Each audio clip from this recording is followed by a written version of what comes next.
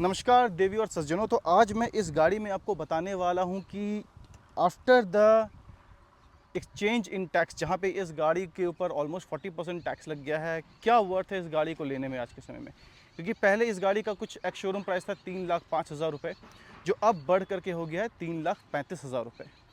तो क्या 2025 में भी इस गाड़ी को लिया जा सकता है, और इस गाड़ी में क्या खासियत है, क्या ख़राबी है, वो मैं आपको बताऊंगा।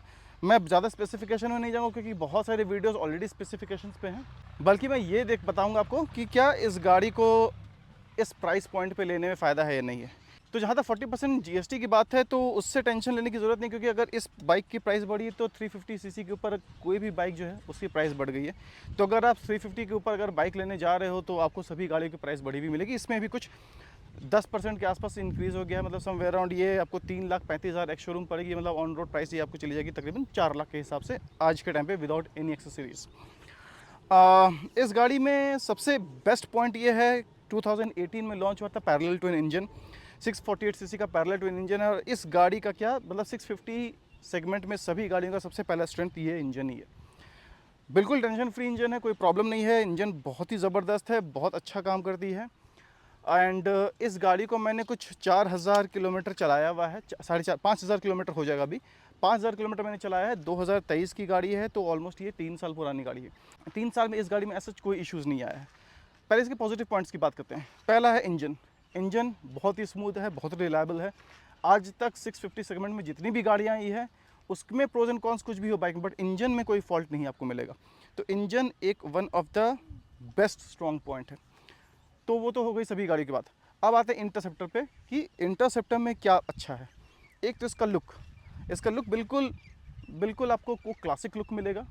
हालांकि पोजीशन वगैरह बैठने का थोड़ा सा आपको एग्रेसिव है, बट लुक जो है वो बिल्कुल क्लासिक है। तो इंजन हो गया इसका एक पॉजिटिव पॉइंट। हो गया आपका इसका look. And third positive point is इसका वेट। 650 सीसी होने के बावजूद भी ये गाड़ी का जो वेट है वो काफ़ी बेटर है। अगर आप क्लासिक 650 को देखेंगे तो वो काफ़ी ज़्यादा वेट है इससे, तकरीबन आई थिंक ये 217 किलो का है और वो 242 या 44 किलो का है। तो इससे आराम से वो 20-25 किलो ज़्यादा है वो वेट उस गाड़ी का। और इस गाड़ी में है कि आप कुछ भी अपने से पर्सनलाइज चेंज कर सकते हो। ज़्यादा कुछ इसमें है नहीं इस गाड़ी में, जिसके कारण कि आपको समझ रहे हो ज़्यादा प्रॉब्लम नहीं होगी। दोनों साइड डिस्क ब्रेक है, एबीएस प्रॉपरली काम करता है, कोई प्रॉब्लम नहीं है। गाड़ी की स्पीड आप आराम से 170 तक लोग, बहुत सारे लोग लेकर के गए हुए। मैं लेकर के नहीं गया हूँ, 130 तक मैं लेकर के गया हूँ, बट मैं उससे ऊपर लेकर के नहीं गया हूँ। इस गाड़ी के नेगेटिव पॉइंट्स की बात करते हैं। सबसे पहला नेगेटिव पॉइंट तो ये है कि इस गाड़ी में एक वॉबलिंग इश्यूज़ है। बहुत सारे लोग बोलेंगे नहीं है, व्हील चेंज करो, टायर चेंज करो, कुछ भी करोगे आप। सर्विस सेंटर वाले बोलेंगे स्पोक स्टार्ट कर देंगे, या फिर इसके फोक टी फोक जो है उसको चेंज करेंगे। कुछ भी आप करोगे इसमें वो नहीं सॉल्व होने वाला है। एक्चुअली इसका जो हैंडल का जो एंगल है वही एक प्रॉब्लम है, जिसको आप जानोगे तो BR 650 में चेंज करके 26.1 आई थिंक किया हुआ है, इसका 24 है। तो इसके कारण उसका व्हील बेस काफ़ी बढ़ गया और उसका एक अच्छा कमांड उसके ऊपर मिलता है जो इसमें नहीं मिलता है। पहला नेगेटिव पॉइंट। दूसरा नेगेटिव पॉइंट ये है कि इसमें स्पोक्स व्हील है। आज के टाइम में स्पोक्स व्हील की जगह अलॉय व्हील अवेलेबल है, जो कि काफ़ी अच्छी बात है, क्योंकि स्पोक्स व्हील से आपको प्रॉब्लम हो सकती है पंचर वगैरह की। मेरे को अभी तक नहीं हुई है, क्योंकि मैं बहुत ज़्यादा सिटी राइड से बाहर गया नहीं, तो मेरे को कुछ ज़्यादा इश्यूज़ नहीं है। बट जहाँ तक अगर आप बाहर राइड करने जा रहे हैं तो ऑफ कोर्स आपको व्हील तो ज़रूर चेंज कराना पड़ेगा। तो एक ड्रॉबैक मुझे व्हील्स को लेकर के लगी, बट ये व्हील जो है आपको ऑफ रोडिंग में काफ़ी रिलायबल है, ये भी एक फ़ायदा है। तीसरा नेगेटिव पॉइंट मुझे जो लगता है कि जब मैं बैठता हूँ इस गाड़ी पे तो इसके फुट पैक जो है वो थोड़ा सा ऊपर की तरफ है। तो आफ्टर 80-90 या 100 किलोमीटर्स मुझे हल्का हल्का यहाँ पे पेन होना शुरू होता है, इसके कारण कि मैंने गार्ड ऐसा लगाया कि मैं इसको आगे करके पैर को रिलैक्स कर सकूँ। इसको सॉल्व करने का एक इशू ये मुझे दिखा है कि फिर वही अगेन BR 650 का ये जो फुट पैक है वो थोड़ा डाउन साइड की तरफ है, जिसके कारण कि उसका पोजीशन जो है वो थोड़ा सा आगे की तरफ आ जाता है, प्लस थोड़ा नीचे होता है, तो थोड़ा वो रिलैक्स पोजीशन है। मुझे प्रॉब्लम हो रही है, आई डोंट नो जिनकी हाइट थोड़ी कम है उनको प्रॉब्लम होगी या नहीं होगी। तो ये एक नेगेटिव पॉइंट है। वॉबलिंग हो गया एंड इसका एडजस्टमेंट हो गया। इसका ये किया जा सकता है कि BR 650 का फुट पैक आप चेंज कर सकते हो, कुछ 6-7 हज़ार रुपये का खर्चा आएगा जहाँ तक मैंने पता किया हुआ है।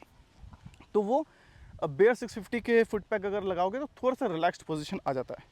तीसरा प्रॉब्लम मुझे इसमें दिखता है रेयर वालों का, जो रेयर में अगर जिनकी हाइट ज़्यादा है तो आप देखोगे ये बिल्कुल ऐसे हो जाता है। तो ये रिलैक्सिंग पोजीशन नहीं है। जिनकी हाइट कम है, अगर आप पीछे कोई लड़की बैठी हुई है, कोई लेडी बैठी हुई है, तो उतना प्रॉब्लम उनको नहीं होगा। लेकिन जिनकी हाइट ज़्यादा, खास करके अगर 2 लड़के बैठे हुए और उनकी हाइट ज़्यादा है, तो उनके लिए थोड़ा सा प्रॉब्लम ये है। तो ये एक इशू है।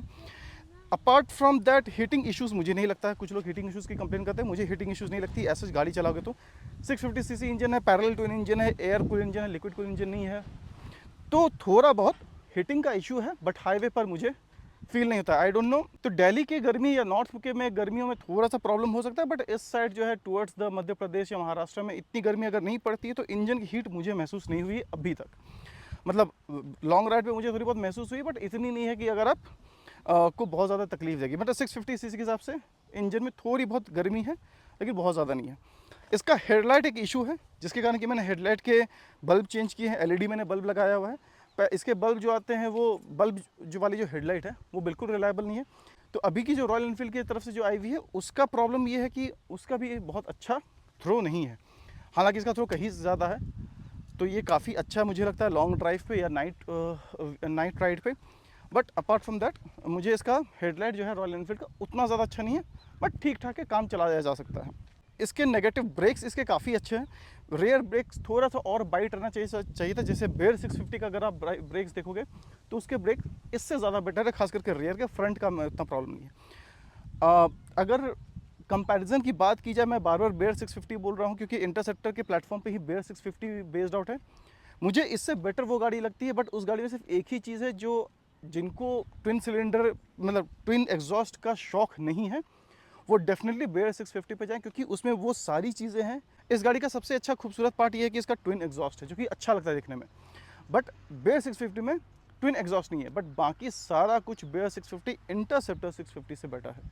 अच्छा खासा व्हील बेस है, वॉबलिंग इश्यूज़ नहीं है, लुक उसके काफ़ी अच्छे हैं। इसमें ट्विन पॉड्स है, जो कि क्लासिक लुक देता है, उसमें ट्विन पॉड्स नहीं है, लेकिन उसका जो इंस्ट्रूमेंट पैनल है वो ज़्यादा इन्फॉर्मेशन देता है, इससे कहीं ज़्यादा इन्फॉर्मेशन देता है। गियर चेंजिंग हो गया, या आप उससे मोबाइल कनेक्ट कर सकते हो, नेविगेशन कर सकते हो, तो इससे कहीं ज़्यादा बेटर है। हेडलाइट उसका बेटर है इससे, उसका फुट पैक इससे बेटर है।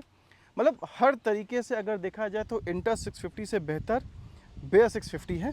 बस उसमें एक ही प्रॉब्लम या एक ही कमी मुझे दिखती है कि उस बाइक में ट्विन एग्जॉस्ट नहीं है। ट्विन एग्जॉस्ट नहीं रहने के कारण उस बाइक को, मतलब जिनको शो ऑफ की ज़रूरत है या जो शो ऑफ करना चाहते हैं, उनको वो अच्छा नहीं लगेगा, या जो दिखाना चाहते हैं कि भाई मेरे पास ट्विन एग्जॉस्ट वाली बाइक है, क्योंकि ट्विन एग्जॉस्ट का एक मज़ा ही अलग रहता है। तो ये चीज़ें हैं। बाकी इस गाड़ी में ऐसा कोई कंप्लेन नहीं है। 4,000-5,000 किलोमीटर में चला चुका हूँ, गाड़ी बहुत बढ़िया है, बहुत स्मूथ चलती है। रॉयल एनफील्ड ने एक बहुत ही बेहतरीन प्रोडक्ट बनाया है। इस प्राइस पॉइंट पे 650 ट्विन सिलेंडर इंजन आपको नहीं मिलेगी। और अगर आज के टाइम में 2025 में, जहाँ पे इस गाड़ी की प्राइस 10% ज़्यादा बढ़ गई है बिकॉज ऑफ द जीएसटी, 3.35 या 39 के आसपास एक्स शोरूम इसका हो गया है। मतलब आपको 4 लाख के आसपास ये गाड़ी चली जाएगी बेस मॉडल में, ये कलर में। अगर आप कलर्स में जाएंगे या उसके बाकी जो मॉडल्स आते हैं इंटरसेप्टर में, उसमें प्राइस ज़्यादा बढ़ जाती है, आप उसमें भी जा सकते हैं। बट अगर आपको एक 650 ट्विन सिलेंडर की बाइक चाहिए, लॉन्ग राइड के लिए चाहिए, सिटी राइड के लिए चाहिए, ये गाड़ी दोनों ही कंडीशन में रिलायबल है और बेहतरीन परफॉर्मेंस देती है। फिलहाल मेरे चैनल में इतना ही। मैं और भी इसके रिव्यूज़ और दूसरी बाइक्स और कार के रिव्यूज़ लेकर आता रहूँगा, तो उसके लिए आप प्लीज़ लाइक शेयर और सब्सक्राइब जरूर कर लें और देखते रहें मेरे चैनल को।